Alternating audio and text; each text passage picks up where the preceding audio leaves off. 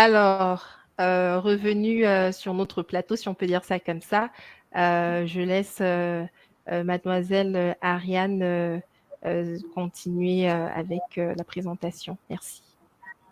Alors, je m'appelle Ariane, je suis une amie de Rose que j'ai rencontrée en formation initiale à l'Académie de Paris pour devenir AESH. Alors, AESH, ça veut dire accompagnant d'élèves en situation de handicap. Donc, c'est une appellation qui a changé vers 2018 ou 2017. Avant, on disait auxiliaire de vie scolaire. On disait AVS. Maintenant, on dit accompagnant d'élèves en situation de handicap. Parce qu'on considère qu'une personne n'est pas handicapée, mais est en situation de handicap. On sépare le handicap de la personne. Et ça, c'est une notion qui est très importante. Ça permet de ne pas stigmatiser la personne handicapée. Alors, il y a eu une loi en 2005 qui a changé profondément les choses en France et qui pose le principe selon lequel toute personne handicapée a droit à la solidarité de l'ensemble de la collectivité nationale qui lui garantit, en vertu de cette obligation, l'accès aux droits fondamentaux reconnus de tous les citoyens, ainsi que le plein exercice de sa citoyenneté. Ça date du 11 février 2005. C'est une toute nouvelle loi qui a changé l'encadrement des élèves à l'école et qui a permis à des milliers d'élèves de pouvoir être scolarisés alors même qu'ils étaient porteurs de handicap. Parce que je ne peux pas dire handicapés, je peux dire en situation de handicap ou porteurs de handicap. Selon cette loi du 11 février 2005, le handicap constitue une limitation d'activité ou restriction de participation à la vie en société subie dans son environnement par une personne en raison d'une altération substantielle, durable ou définitive d'une ou plusieurs fonctions physiques sensorielles. Donc en fait, c'est une définition compliquée pour expliquer que c'est très variable le handicap. Ça peut aller du handicap visible à l'handicap invisible. Ça peut aller de la personne en fauteuil, de la personne avec handicap maxillofacial à la personne handicap psychique, handicap mental. Donc c'est très varié. Et la France a pris en compte ça. Et donc en France, on répertorie des pôles inclusifs d'accompagnement localisés qui s'appellent des PIAL et qui sont nés en 2018 et qui en fait permettent d'organiser l'intégration des AESH, donc des accompagnants d'élèves en situation de handicap, permet de les intégrer dans les écoles. Alors, en fait, dans ce dispositif des PIAL, des pôles inclusifs d'accompagnement localisés, il y a toute une hiérarchie différente avec différents acteurs et on travaille tous en groupe, en collaboration et personne. Enfin, c'est typiquement français en fait, c'est de l'égalité dans le travail de chacun en fait. Chacun est à sa place et chacun joue le rôle qu'il doit jouer, mais ne va pas plus loin que celui de son voisin ou voilà. Donc je sais pas si c'est comme ça au Cameroun aussi, mais voilà. Donc du coup, ça permet de bien séquencer les actions et de séquencer et cadrer aussi l'accompagnement des élèves en situation de handicap. Diapo. Alors, le PIAL accompagne des enfants qui peuvent être envoyés soit dans le premier degré. Le premier degré en France, c'est de la maternelle jusqu'au CM2, CM1, CM1. Et le deuxième degré, c'est du CM2 jusqu'à la troisième. Non, pardon, c'est idiot. Jusqu'à la terminale. La terminale, c'est la dernière année d'études avant le bac.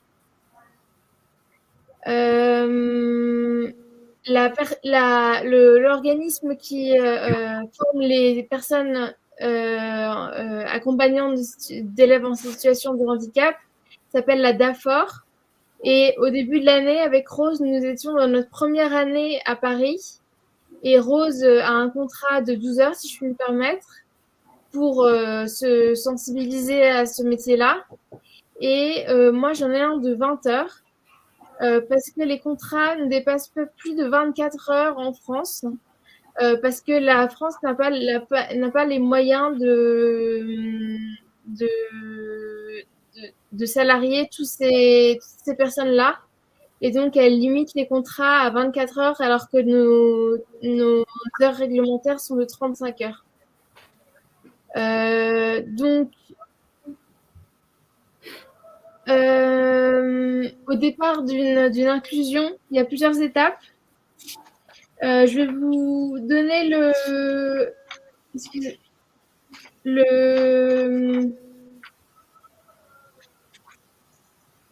J'arrive tout de suite.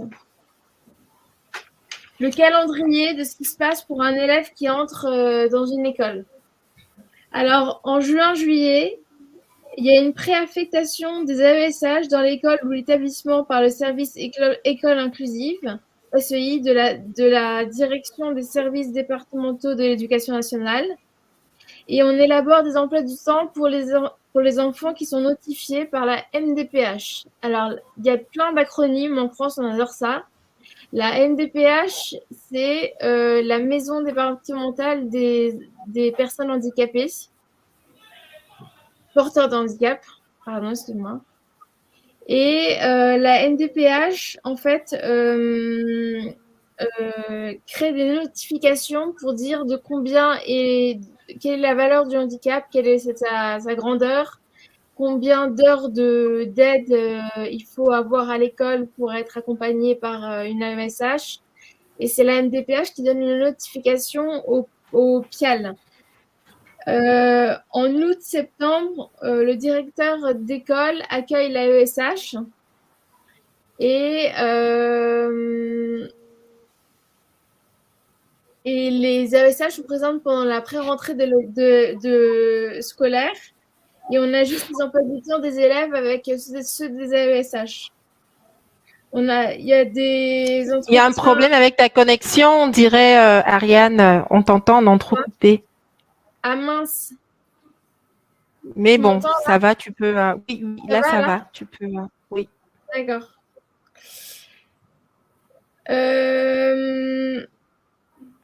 Au courant de l'année, il y a une ESS, une équipe de suivi de scolarisation, qui permet de savoir si l'élève a toujours besoin de ses heures d'AESH, pour savoir s'il a besoin de plus ou de moins d'heures, s'il a besoin de plus d'adaptation, de moins d'adaptation, s'il a besoin d'un matériel spécifique. Et la MDPH pourvoit à tous ses besoins gratuitement. Donc, c'est une grande chance pour les personnes en situation de handicap. Et chaque année, on voit si l'AESH est capable de suivre la personne en situation de handicap l'année suivante. Il n'y a pas plus de 3 ans de suivi de la personne en situation de handicap par la même personne. On change au bout de 3 ans parce qu'on pense que c'est bien qu'il n'y ait pas trop d'affectivité entre les deux et qu'ils puissent avoir une relation professionnelle, professionnelle mais aussi sympathique, mais avant tout professionnelle. Et donc, on ne dépasse pas 3 ans, avec le même élève. Diapo.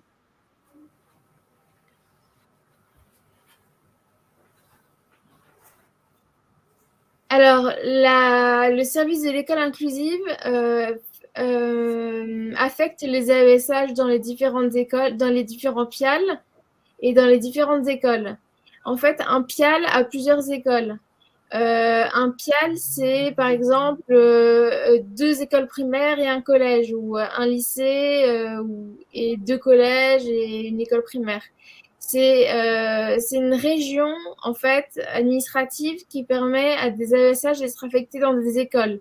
Et les AESH restent dans leur PIAL. Si elles veulent changer de PIAL, elles le demandent à la fin de l'année. Elles font les vœux pour un autre PIAL. Et dans ce cas-là, elles sont dans une autre région administrative. Mais on fonctionne par académie. Il y a l'Académie de Versailles, l'Académie de Créteil, l'Académie de Paris, l'Académie de Montpellier, l'Académie de... Voilà. Donc, c'est des académies et les académies ont des piales dans lesquelles il y a des AESH.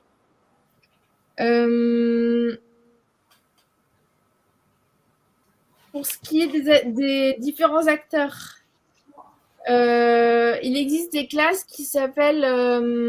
mais donc, le service de l'école inclusive est à la fois un service d'écoute des familles et à la fois un service d'affectation des AESH. Diapo.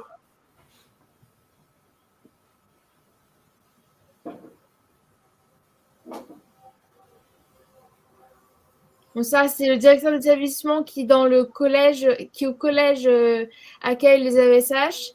Et sinon, c'est l'inspecteur de l'éducation nationale ou CCPD, ça veut dire, un instant, puisqu'on a beaucoup d'acronymes, ça veut dire inspecteur de l'éducation nationale chargé d'une circonscription. Voilà. Alors, il pilote le PIAL à l'échelle locale. Et il remonte les besoins d'aide humaine auprès du service de l'école inclusive. Comme ça, on sait de combien d'AESH on a besoin et tout ça. Je continue diapo. Alors, je vous ai parlé de l'ESS, c'est l'équipe de suivi éducative, qui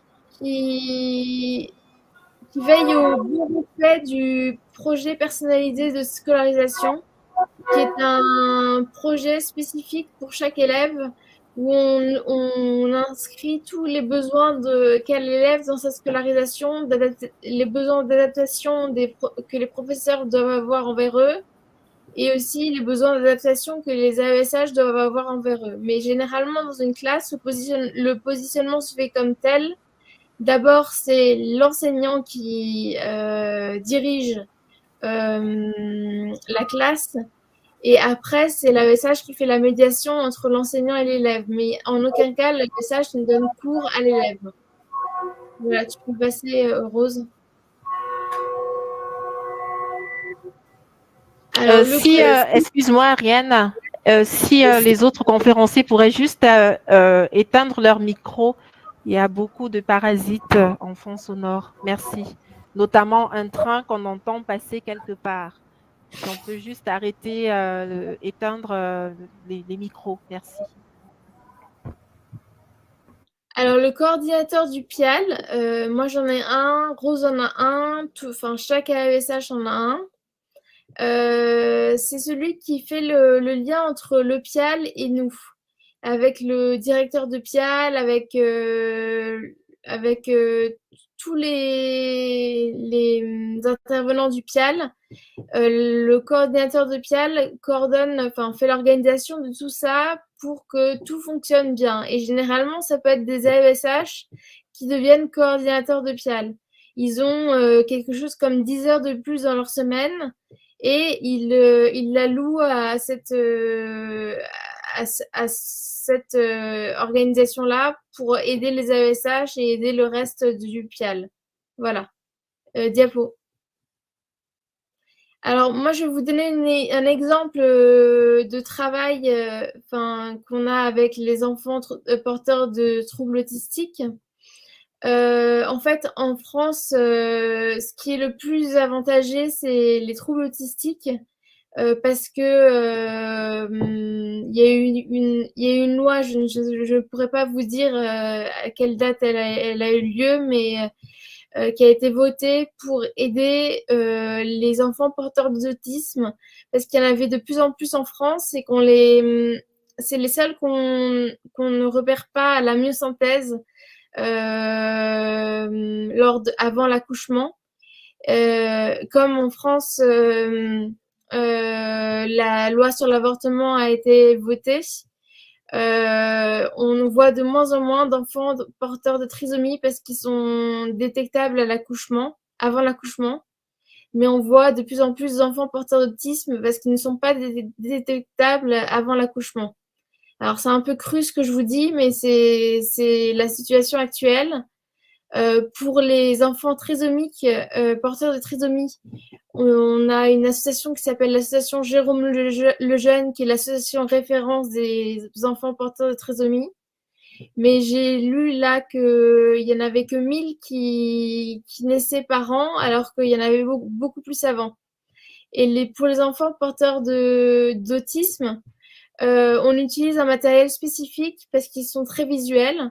Et donc, on fait un emploi du temps avec des pictogrammes. Et les pictogrammes, c'est les petites images différentes de la journée où on inscrit ce que fait l'enfant, s'il est en récréation, s'il travaille, s'il joue, s'il dort, s'il prend son petit déjeuner, voilà. Et on a les time timers. Et les time timers, comme son nom l'indique, ce sont des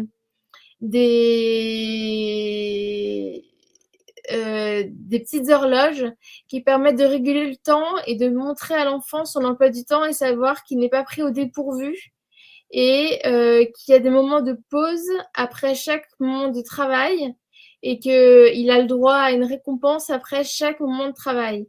Et la récompense, c'est né d'une idée américaine sur l'autisme qui disait que l'enfant porteur d'autisme marchait beaucoup à la récompense pour renforcer les comportements positifs. On appelle ça des renforçateurs. Et ça peut être vu un peu comme du dressage, mais c'est pas comme ça qu'on le voit. C'est quelque chose de plus stimulant pour l'enfant. C'est une récompense, on le félicite, il a le droit de dessiner ou de jouer. Donc c'est toute une organisation du temps qui permet à l'enfant porteur d'autisme de s'organiser dans sa tête et de ne pas être pris au dépourvu parce que cela crée des crises quand il est pris au dépourvu.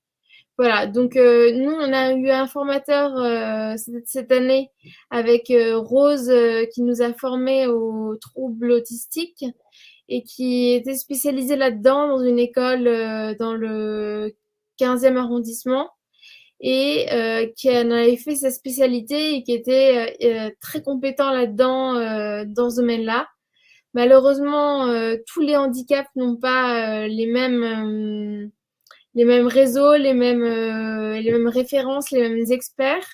Et donc, chaque handicap se traite d'une manière différente et c'est à nous, à ESH, de mieux comprendre ces pathologies. Voilà.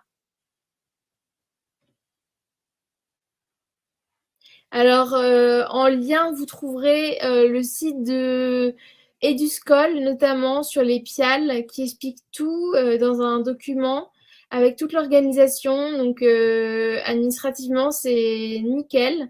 Après, ce qui manque, je dirais aujourd'hui à l'école et comme au collège, c'est la non-stigmatisation des élèves porteurs de handicap parce qu'ils restent quand même un peu stigmatisés par leurs camarades. Il n'y a pas beaucoup de communication entre les professeurs d'enfants porteurs de handicap et les professeurs d'enfants entre guillemets normaux. Et donc, on ne communique pas assez sur le handicap et c'est ce qui crée un malentendu entre les élèves et les personnes porteurs de handicap et qui leur fait peur, voilà. Donc ça, l'intégration est encore à faire évoluer. Voilà. Merci beaucoup. C'est ton mot de fin. Je sais pas, faut pas que je te Oui. coupe la parole. Donc, Oui, d'accord. Ok. Merci beaucoup à Ariane pour ces éléments édifiants en ce qui concerne le positionnement des accompagnants d'enfants en situation de handicap à l'école. Et d'ailleurs, j'ai beaucoup appris aussi parce que à côté de la formation de prothèses que je fais en France, et pour mon association, je me dis pourquoi pas me former aussi? Ça permettrait d'avoir quand même des orientations fiables en ce qui concerne le positionnement des enfants en situation de handicap à l'école. L'inclusion en elle-même, c'est quoi? Donc, ça m'a beaucoup édifié effectivement d'être formée aux côtés de Ariane, en dehors de ma spécialisation en prothèse que j'effectue en France par la même occasion. Donc, sans plus tarder, je vais passer la parole à Magali. Magali qui est vraiment, comment dire, qui est une source d'inspiration de par sa force de caractère. Et quand on dit que souvent des personnes ordinaires peuvent faire des choses extraordinaires, en fait, Magali, elle, c'est une personne déjà spéciale, mais qui fait des choses extraordinaires aussi, parce qu'elle soutient même celles qui, entre guillemets, n'auraient pas besoin d'accompagnement outre mesure. Donc, je vais de ce fait passer la parole à Magali après notre petit intermède.